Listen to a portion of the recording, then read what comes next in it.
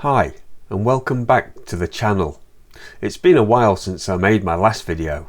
I got a little sidetracked building a validation framework I ended up calling Validated. That journey also led me to create a Blazor component that integrates with the EditForm and EditContext, but that's another topic for another video.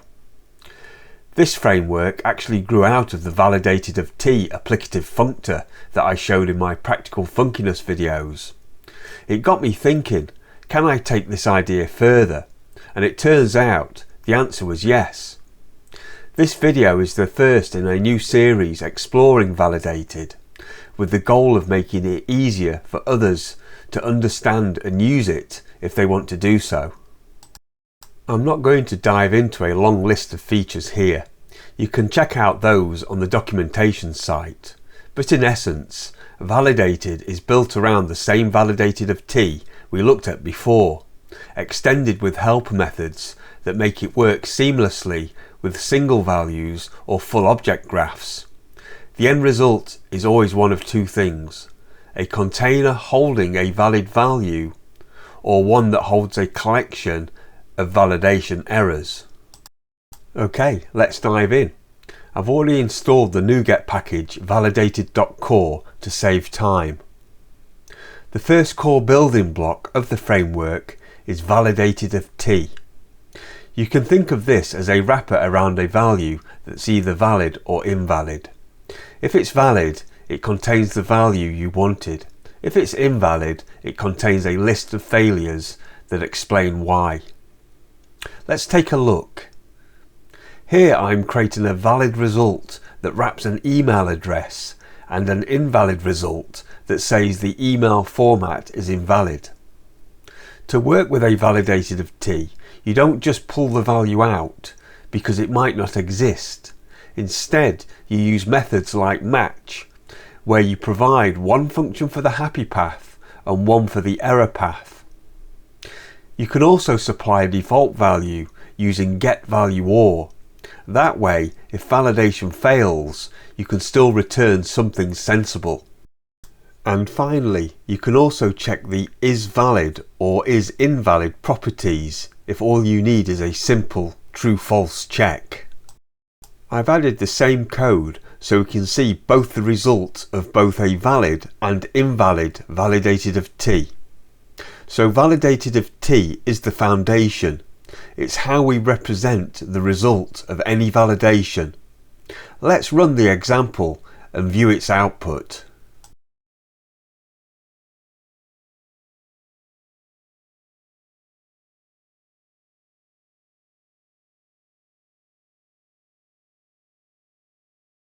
The second building block is the member validator of T.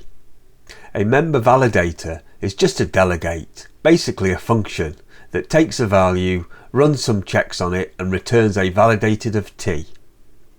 The delegate signature includes optional parameters for things like the path to the property, a compare to value and a cancellation token. In most cases you won't need these. The framework fills the path for you when you use the builder and/or extension methods. Here I've written an inline member validator for emails. It checks if the value contains the @ symbol. If it does, we return a valid result. If not, we return an invalid result with a failure message. Normally you'd write your validators as reusable methods, but the point is, a member validator is just a function that you control. It's flexible and composable.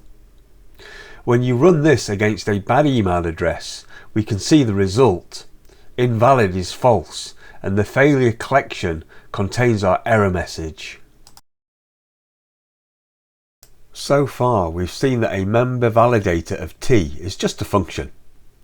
But in real applications, you don't want to keep writing the same inline validator logic over and over. A more reusable approach is to create validator factories, functions that return a member validator customized with the parameters you care about. Here I've written a custom regex validator. Instead of being hard-coded, it takes a regex pattern, some regex options, a failure message, and property data. It returns a validator function that checks a string against the pattern. With that in place, we can now create specialized validators really easily. For example, below is an email validator built from the regex factory. It enforces proper email format and can be reused across multiple objects that have an email property. When we run this, you can see that a valid email passes, while an invalid email returns an error with our failure message.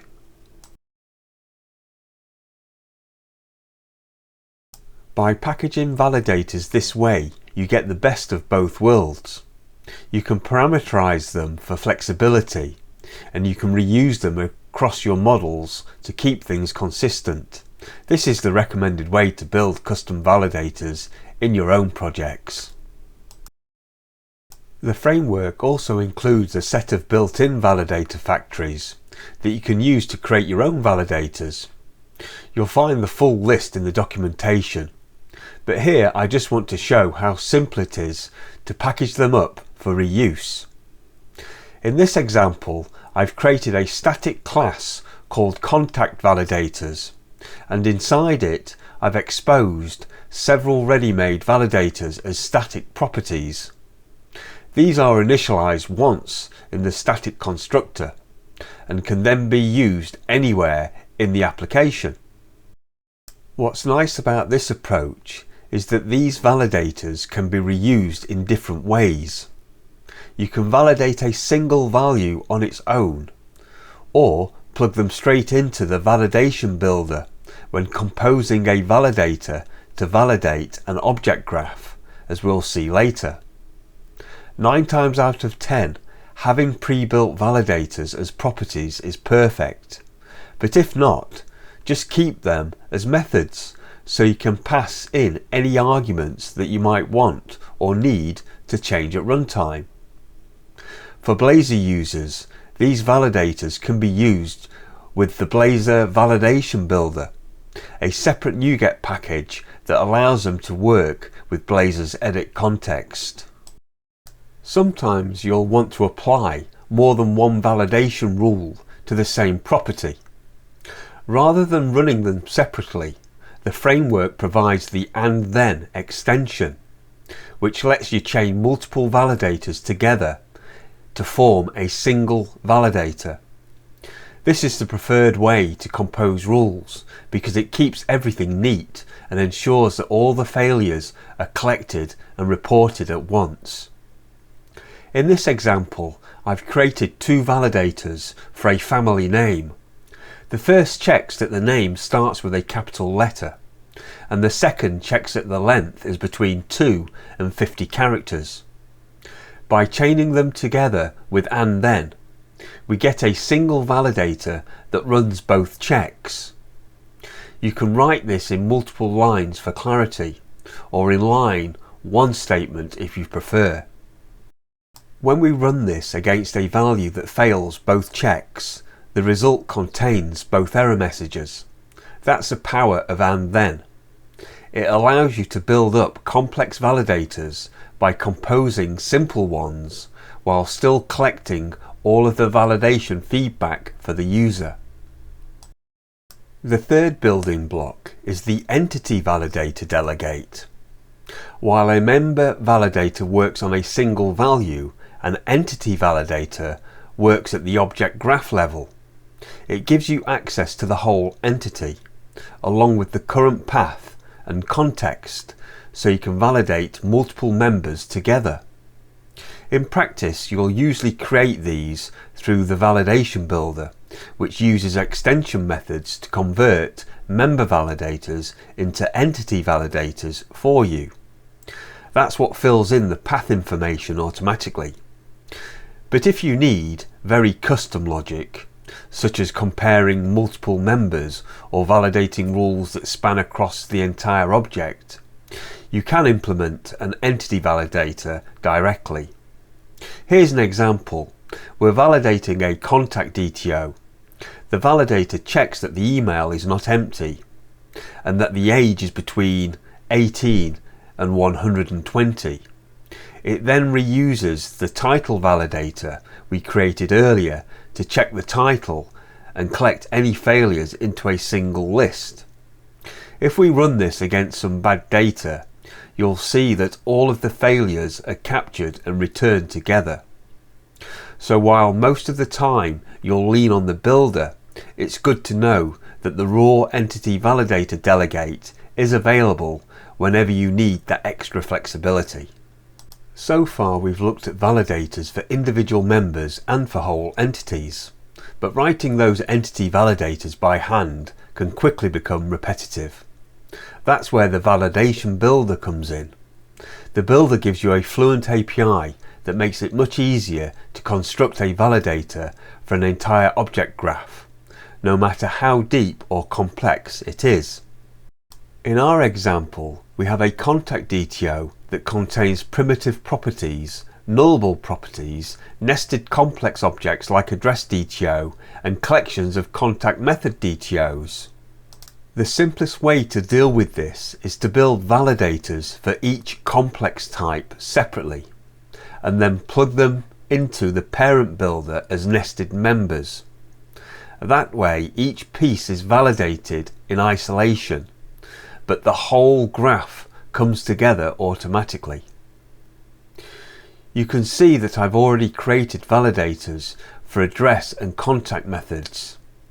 Now in the contact builder, I just reference those directly, alongside the validators we've already written for things like title, given name, family name and age. The builder methods handles nullable types, nested objects, individual items in a collection, and even the collection itself, so it's very expressive. For example, I can check each entry in the entries list individually, and also check that the collection as a whole has the right number of items. Once the builder is complete, it produces an entity validator of contact DTO, just like the one we wrote earlier by hand, only now it's far easier to read and maintain. When we run the validator against some sample data, you can see it runs all of the rules across the object graph and reports every failure in one go. This is the real power of the builder. You define your validators once, compose them with a fluent API, and then reuse them consistently across your application. Before we finish up this introduction, it's worth mentioning that failure messages don't have to be static text.